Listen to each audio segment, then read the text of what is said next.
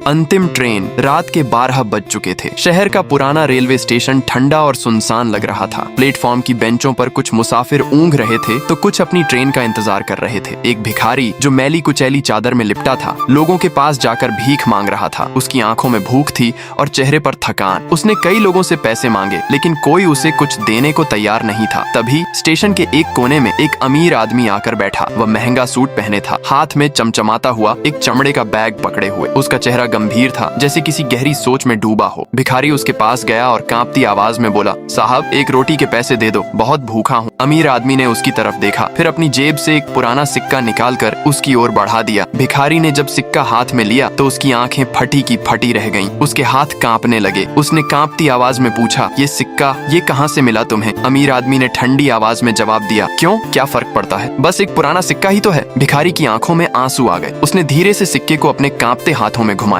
सिक्के पर एक नाम खुदा हुआ था, रघु। भिखारी सुबक पड़ा। उसकी आंखें अब अमीर आदमी के चेहरे को गौर से देख रही थीं। उसकी आवाज भारी हो गई, रघु ये मेरा नाम है। ये सिक्का मैंने अपने बेटे को दिया था जो 20 साल पहले खो गया था। अमीर आदमी एकदम खामोश हो गया। उसके माथे पर पसीना आ गया। उसने झट से अपना बैग जोर से पकड़ लिया जैसे उसमें कोई गहरा राज छिपा हो। तभी एक ट्रेन की तेज सीटी गूंजी और प्लेटफॉर्म पर आकर रुक गई। भिखारी की नजर अमीर आदमी के बैग पर पड़ी जो हल्का सा खुल गया था। उसके अंदर झांकते ही उसकी आंखें फटी की फटी रह गईं। बैग के अंदर गहनों और पैसों के बंडल भरे थे लेकिन सबसे ऊपर एक पुरानी फटी हुई फोटो रखी थी। उस फोटो में भिखारी अपनी बीवी और एक छोटे बच्चे के साथ हंस रहा था। भिखारी की सांसें अटक गईं। उसने धीरे से अमीर आदमी की ओर देखा। अमीर आदमी ने घबराकर बैग बंद कर लिया और तेजी से ट्रेन में चढ़ गया। भिखारी अभी भी सिक्का पकड़े खड़ा था। उसकी आंखों से आंसू बह रहे थे। ट्रेन ने सीटी बजाई और धीरे धीरे अंधेरे में गायब हो गई। प्लेटफॉर्म पर बस एक पुराना सिक्का चमक रहा था। समाप्त।